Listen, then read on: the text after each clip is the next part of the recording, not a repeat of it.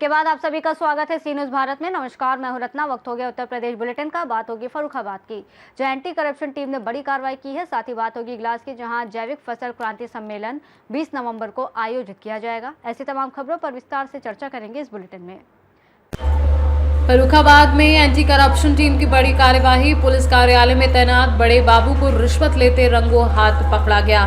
पुराने एसपी कार्यालय परिसर से बड़े बाबू हरेंद्र सिंह चौहान को 15,000 रुपए लेते समय एंटी करप्शन टीम ने पकड़ा है।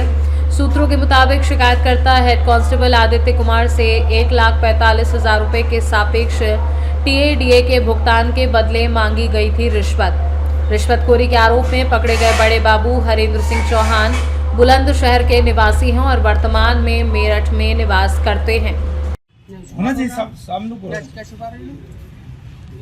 छुपा रही है कि अंदर छुपा रहे हैं, उसको छुपा रहे क्या है क्या नहीं है। कोई फोटो करवा दी, मैं उनका बड़ा बेटा हूँ। किसका? पारिवारिक। अच्छा, पारिवारिक नहीं, ठीक है, कानूनी प्रक्रिया होनी चाहिए, लेकिन मीडिया को बिल्कुल भाई, मीडिया तो देखेगी, चेक करेगी, सब होना चाहिए। क्या नाम है भैया आपका?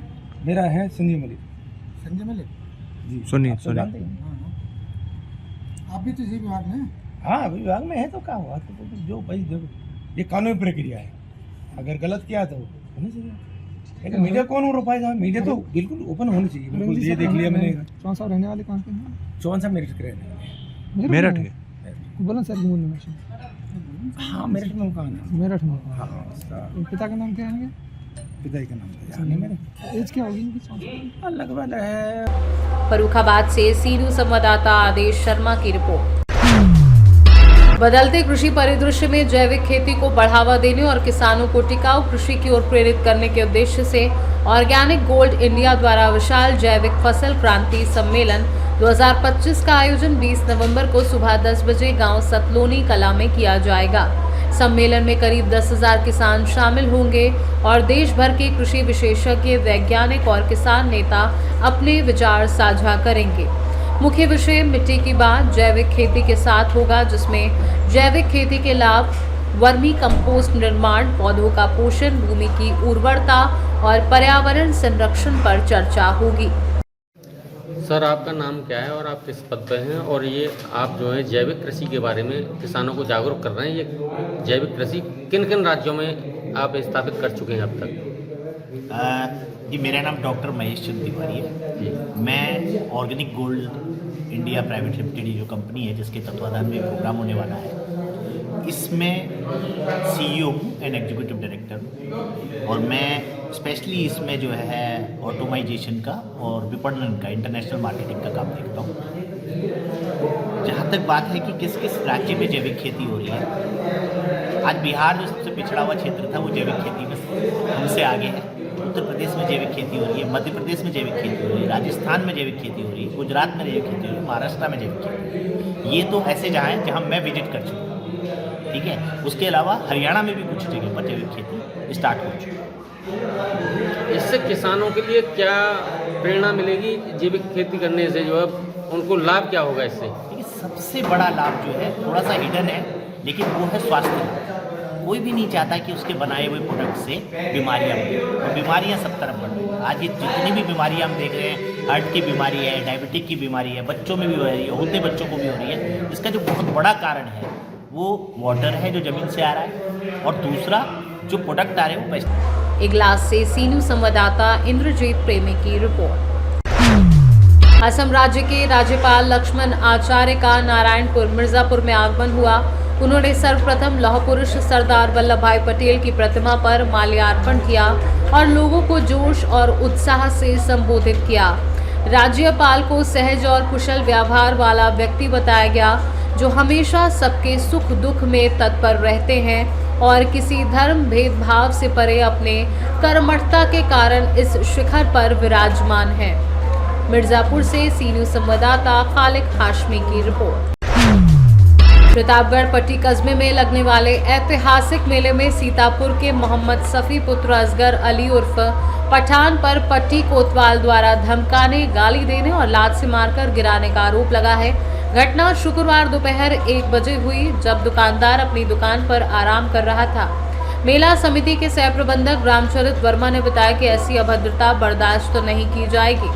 दोपहर 2:30 बजे थाने की भारी फोर्स दुकानदार को उठाने मेला परिसर में पहुंची, लेकिन मेला समिति के लोगों ने दुकानदार को थाने नहीं ले जाने दिया और कोतवाली का घेराव किया। कोतवाल अभिषेक सिरोही और समिति के बीच बातचीत हुई, लेकिन मामला सुलझा नहीं।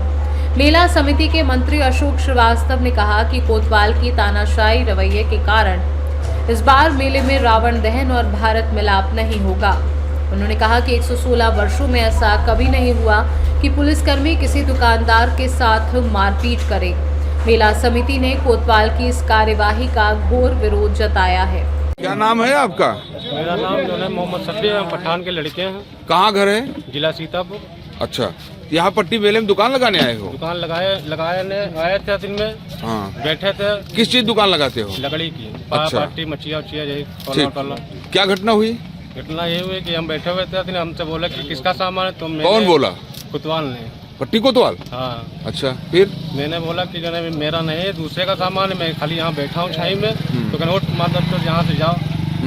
भाग। 2 लाते मेरे को मारा। और आपको मारा है? सिर्फ अकेले को और किसी को मारा है? नहीं, मेरे को खाली मारा था। दिन में ये लोग बैठे थे, इनको भी डांटा, भगाया इनको भी।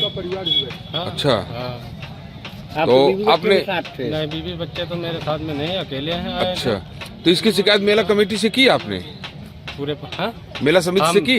मेला कमेटी से हमने शिकायत की थी आके। मेला समिति वालों ने क्या कहा? मेला कमेटी वाले ने यह कहा कि जो है ठीक, आपकी जो है सुनवाई होगी, जो भी होगी। भाई साहब, आप मेला समिति में हैं? जी जी। किस पद पर हैं? सह प्रबंधक श्री रामलीला समिति पट्टी। जी जी।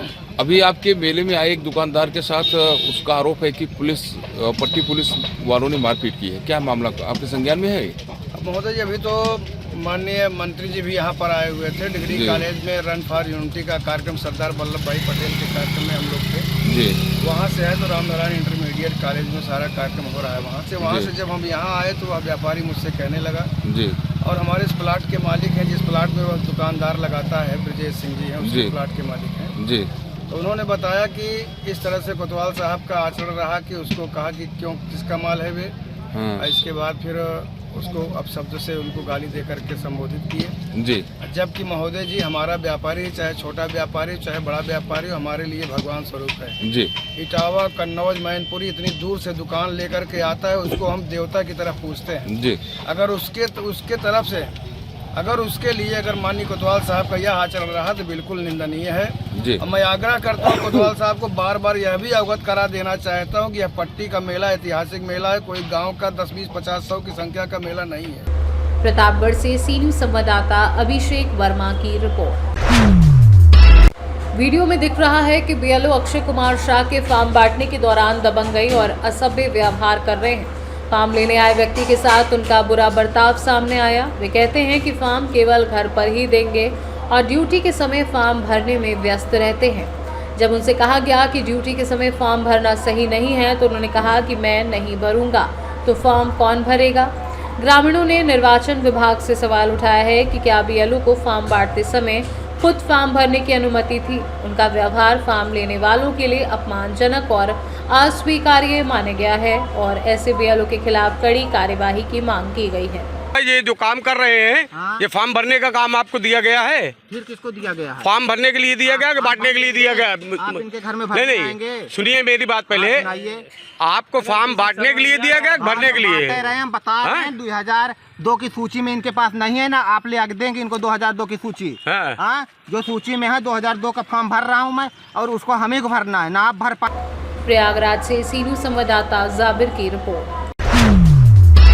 बबनी थाना क्षेत्र के जोबेदे गांव से दिल दहला देने वाली खबर आई है, जहां एक मां ने अपने 10 माह के दूध मुहे बच्चे को चूल्हे में डालकर आग में झोंक दिया और फिर खुद फांसी लगाकर आत्महत्या कर ली। मृतका राजपति देवी 28 वर्षीय अपने मायके गई थी। सुबह परिवार ने कमरे का दरवाजा खोला तो बच्चा झुलस चुका था और राजपति फांसी पर लटकी मिली। बबनी थाना पुलिस ने दोनों शवों को पोस्टमार्टम के लिए भेज दिया। एएसपी सोनभद्र त्रिभुवन नाथ त्रिपाठी ने बताया कि प्रारंभिक जांच में पता चला कि बच्चे की मौत से आहत होकर महिला ने आत्महत्या की। मामले की जांच और परिजनों से पूछताछ जारी है। पुलिस ये भी पता लगाने में जुटी है कि कौन से हालात ने महिला को ये भयावह कदम उठाने पर मजबूर किया। बेटा सोमराज सोमराज रात में कहाँ सोए थे? तू मम्मी के पास नहीं सोए थे? हैं?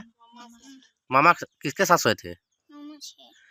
तो कब तुम लोग को पता चला कि मम्मी फांसी लगा ली? सुबेरे। आज दिनांक 13/11/2025 को थाना बभनी के ग्राम जोबेदे की घटना है। राम सुंदर की पुत्री जिसे वह कल ही उसके ससुराल से अपने घर लाया था, रात्रि में जमीन पर चूल्हे के बगल में आग के सहारे अपने छोटे पुत्र के साथ सोई हुई थी। अकस्मात उसका पुत्र, जिसकी उम्र मात्र 9 माह की थी, चूल्हे की आग में जल गया, जिससे उसकी मृत्यु हो गई। इस सदमे के कारण राम सुंदर की पुत्री भी लटक कर फांसी लगाकर आत्महत्या कर ली। पंचायतनामा एवं पोस्टमार्टम की कार्रवाई कराई जा रही है। जनपद सोनभद्र में एक ऐसी दिल दहला देने वाली घटना सामने आई है, जहां एक मां अपने दूध मुहे बच्चे को 9 महीने का लगभग उसको आग में झोंक करके और खुद अपने आप को फांसी लगा करके आत्महत्या कर लेती है। जी हाँ, मैं बता दूं, सोनभद्र के बभनी थाना क्षेत्र के जोबेदह गांव का मामला है, जहां रात्रि में सोते समय बच्चा चूल्हे के आग में लपेट के आने से बच्चा की मृत्यु हो जाती है। वहीं मां अपने आप को कलंक कहते हुए अपने आप को भी रात्रि में घर में ही फांसी लगा लेती है। वहीं मामले में ऑपरेशन त्रिभुवन त्रिपाठी एसपी सोनभद्र ने बताया कि बच्चा अचानक रात में सोते समय चूल्हे में गिर जाने से बच्चे की जलने से मौत हो जाती है और मां अपने आप को कलंकित कहते हुए अपने आप को भी फांसी लगा के आत्महत्या कर लेती है।